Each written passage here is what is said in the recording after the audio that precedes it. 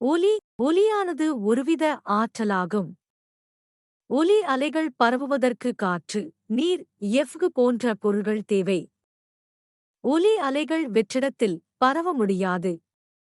நெருக்கமும் நெகிழ்ச்சியுமாகச் செல்லும் அலைகளே நெட்டலைகள் எனப்படுகின்றன. நெடுக்கம் என்பது துகள்கள் அருகருகே இருக்கும் பகுதியாகும். நெகிழ்வு என்பது குறைந்த அழுத்தம் உள்ள பகுதியாகும். ஒலி என்பது எந்திரவியல் நெட்டலைக்கு ஒரு உதாரணமாகும். ஒலி அலைகளின் பண்புகள்: வீச்சு, அதிர்வெண், அலைவு காலம், அலைநீளம், ஒலியின் திசைவேகம் அல்லது வேகம்.